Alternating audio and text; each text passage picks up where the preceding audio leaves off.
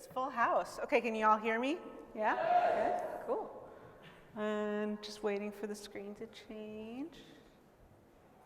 Awesome. Our collective understanding of innovation is wrong. It may seem at first like most problems are solved and innovations are made by a single point of light, a lone person having a eureka moment. But for any major innovation, what we actually see is that this is not the case. So let's take the instance of the computer. Who invented it? It may at first seem linear, like a singular event and a single implementation was a start, but it was not one but many steps forward. Maybe under certain circumstances it was the ENIAC, which was widely regarded as the first electronic computer. Other computers had these features but not collecting them all in one package. But that said, it wasn't binary. Colossus was also regarded as the world's first programmatical digital computer, although it was programmed by switches and plugs and not by a stored program. And binary being pretty important, maybe we want to trace it back to Aiken's Mark I, which had binary principles but wasn't electronic. However, the Z3 and Z4 were the first programmable computer. Atnasoff and Berry created the ability to store information on main memory. But none of these would be possible without Turing also thinking about theory and writing on computable numbers, which eventually evolved into what we call a Turing machine. But also Claude Shannon laid the foundations for informational theory, like electronic and digital communications. And the EDVAC, Manchester Baby, the Ferranti Mark I, IBM all contributed to this as well. But also, none of this would have been happened without Jacquard's loom, which was a set of cards to produce a pattern weave in a system. Or Babbage, who created two mechanical calculators. One was the difference engine, and the other was the unfinished analytical machine. Or Ada Lovelace, who invented the concepts of modern computers, including software and subroutines. But then this really does depend on your definition of computer, right? Because whether or not it was a modern computer enough really depends on a computer chip. Or what about a prototype for the modern computer that included a GUI and a mouse? Or what would modern computing be without the Ethernet for connecting multiple devices and hardware? As Matt Ridley says in How Innovation Works, the invention of a computer can no more be pinpointed to one moment in time than a child can be declared an adult at any point in time. So for any one of these pieces, we can see that they're interconnected, and not just on a linear time scale, but also by what spectrum of innovation it pushed forward. And thus, what we see is that innovation is a system. It is a series of interconnected frequencies. Innovation is a network. Yet many people talk about a light bulb going off as the moment that innovation happens.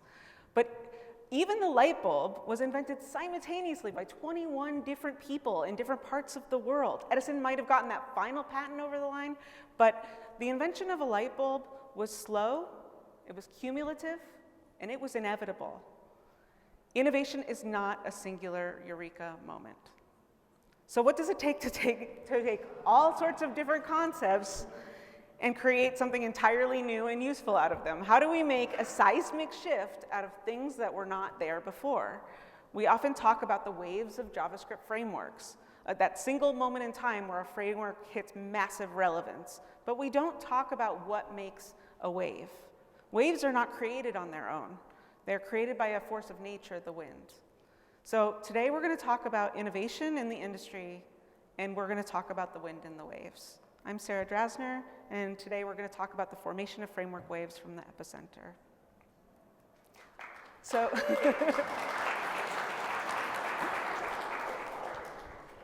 so who am I to talk about any of this stuff anyway? I used to be a React developer. I keynoted React Rally in 2016 and a number of other events, and then I found Vue, and I got very excited about Vue, and I got so excited about Vue that I became a Vue core team member.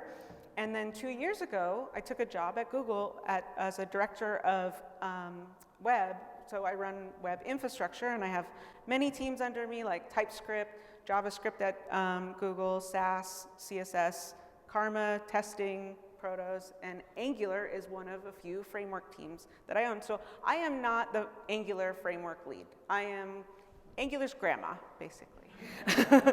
And although I'm going to focus on Angular today, know that I could tell the same story from the lens of any one of those frameworks, because the point is that we all learn from each other. However, I think what's really unique and interesting about Angular is how well it survived. It's shaped and influenced multiple JavaScript waves in ways that I think people don't fully realize, and it, in turn, learns and grows and is continuing to grow from those around it. And so basically, when I see other frameworks like Vue and React thriving, I feel very happy for them too. So, which leads me to, how do we get here? And how did Angular play a part? And in order to see where it's going, we should talk a little bit about where it came from. But I'll warn you, this is kind of a contentious area, and so not everyone is going to agree on all of these points. So remember how I said that innovation was more like a network or a system? And remember how I said that Angular stood the test of time? So the first version of Angular, AngularJS, actually got a lot of its roots from things that were not what we would call a modern JS framework. Things like Rails, jQuery, handlebars. And it started in this first wave along with a few other things. We had Angular learning from these things too, and then we also have Ember, which is in the first wave, drawing inspiration from Rails, handlebars. Yehudit Katz previously worked on some of those, and then also AngularJS SPA capabilities. Then we have Backbone that learned from Rails MVC approaches, and Knockout, which learned from handlebars and jQuery, and introducing some important concepts such as computed properties. So in the second wave, we have React drawing from AngularJS, but dropping the M and C out of MVC and doing the Vue layer only. And it was also inspired by Backbone a bit. Redux, which was heavily used in React in that second wave, was also introduced and followed a lot of Elm's concepts. And the second version of Angular obviously drew inspiration from the first, but also learned from React. Vue took inspiration from many sources, AngularJS for some template authoring and dynamic binding, computed properties from Knockout, Elm and Redux for Vuex and state management. And then Svelte simplified much of what came before it and drawing from many framework primitives, and then also kind of leaned into the compiler and did a lot of things that were really innovative, leaning into the compiler for optimizations.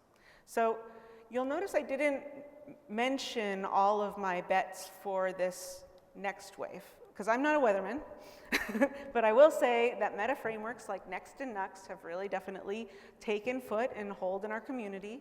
There's some really interesting things coming out of some smaller frameworks like Solid and Quick that I think that we're all kind of looking at. And so, the last thing I'll note is, I mentioned that Angular lasted multiple waves. We will see, which one of these frameworks kind of goes into the next waves. And yes, I know that by explaining this, I kind of look like this meme, because it is a very complex landscape. There are so many different, draws between those frameworks. So I mentioned that Angular influenced a lot, and that might be hard to see as sands of time tend to wash these things away. But Angular developed SPAs, first-class usage of TypeScript, test integration and harness, tree shaking, ahead-of-time compilation, build time optimization for internationalization, and mature CLI-driven updates.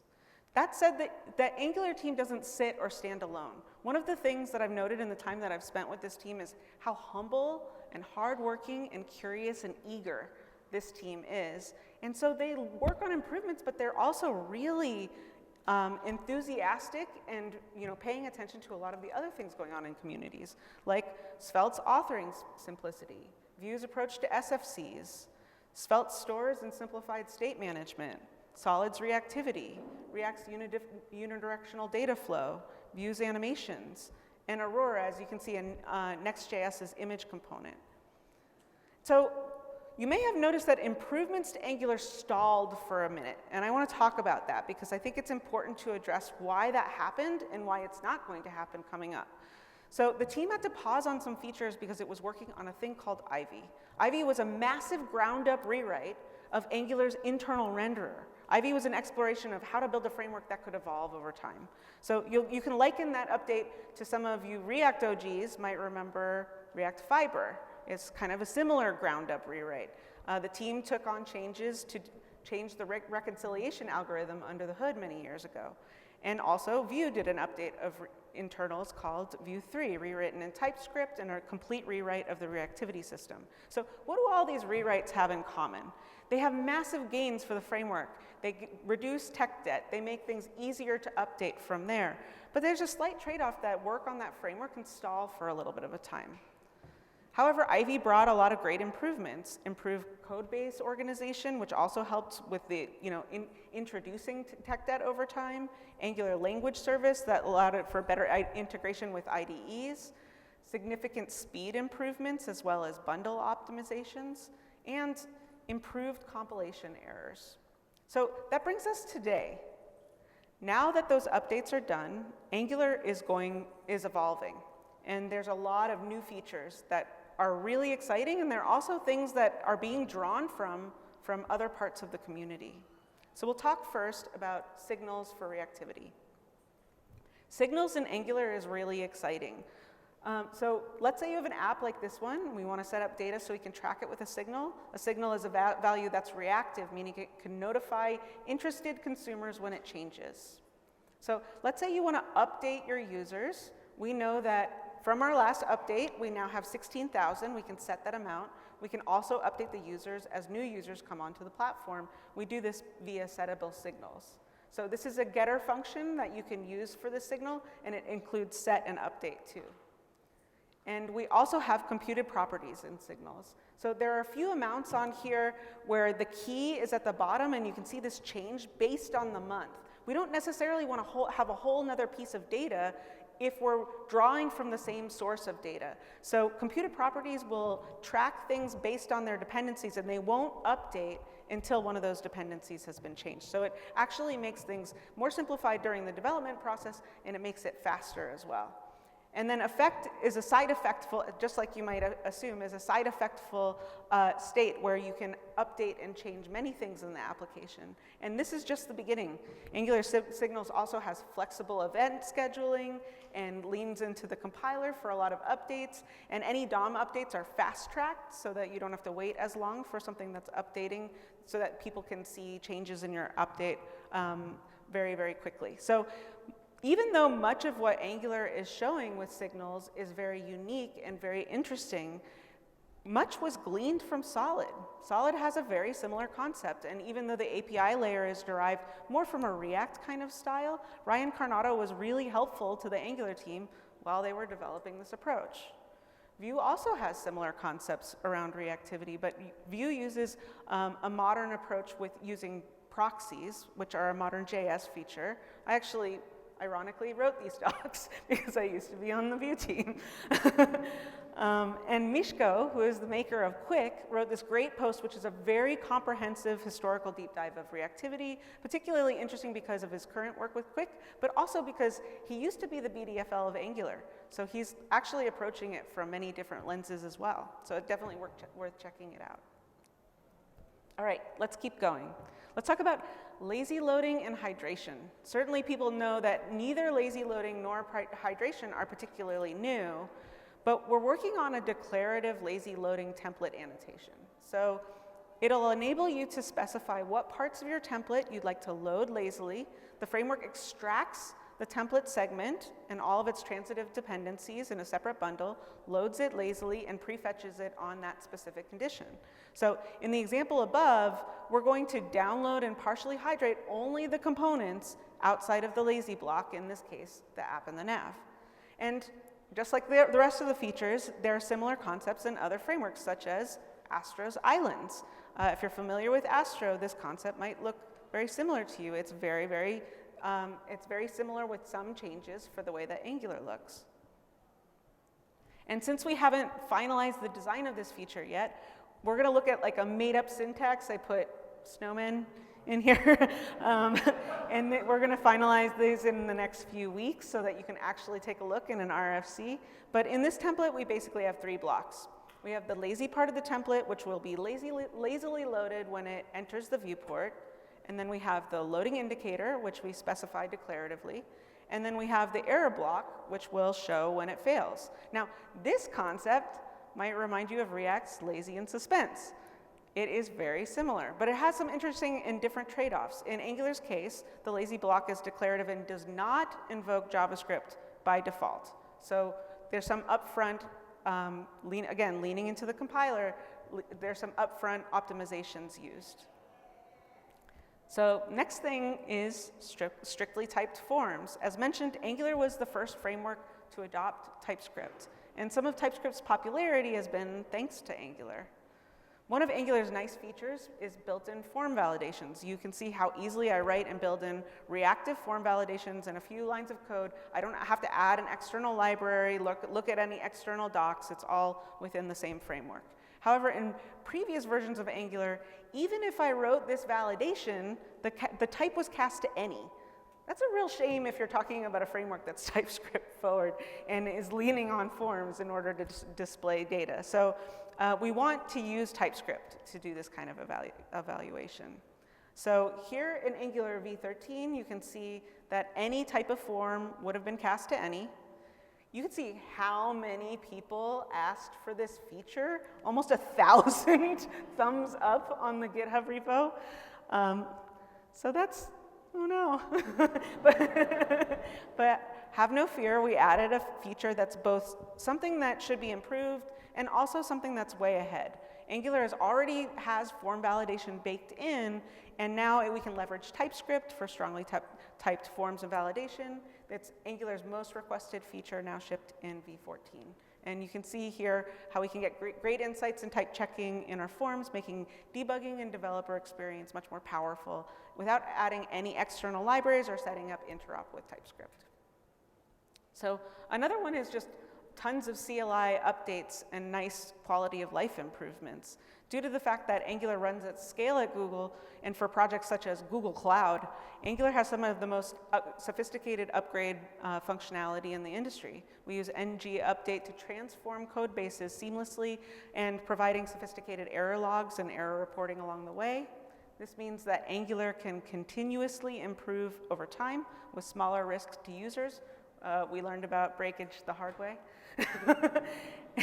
And code bases aren't littered with many ways to do things and massive different ways of implementing things across the entire code base and write components.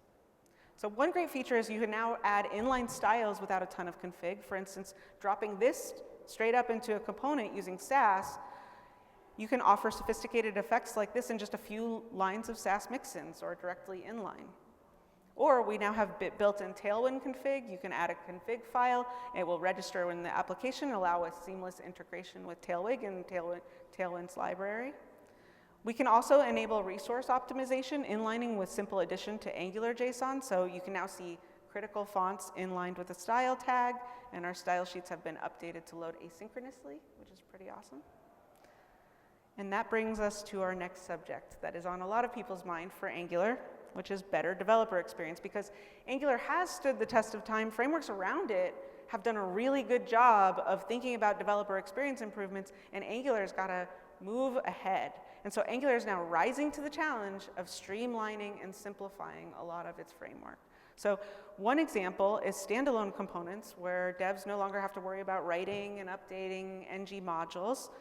For you unfamiliar with Angular, you're like, what the heck is that? So here's an example of a lazy loading component. Previously, ng module would have had to be written in order to write our imports, and then we can get on to writing our routes and our routing configuration. And today we remove all of that configuration. We can focus on routes alone, writing lazy loading component like this. This is a really slick way of just writing a small amount of code to get lazy loading in routing. And there's a number of these types of improvements going on for Angular right now, where we're rolling out and streamlining all of these developer experience pieces, things that previously felt a little bit clunky about Angular. We're going in and streamlining, synthesizing, reducing the time that it takes to learn and build and deploy. So this year has been an avalanche of Angular improvements. What I presented today is just the tip of the iceberg and what's under development now are large strides forward with the framework that I'm just really excited for. The next year and years to come will be really exciting. And of course, Angular always learns and grows from all of the other frameworks around that we've learned so much from. Angular both pushes the web framework ecosystem forward and also learns from it and is inspired by those around it. And this is how we all evolve. It is never in isolation. It is always by learning from each other. Thank you.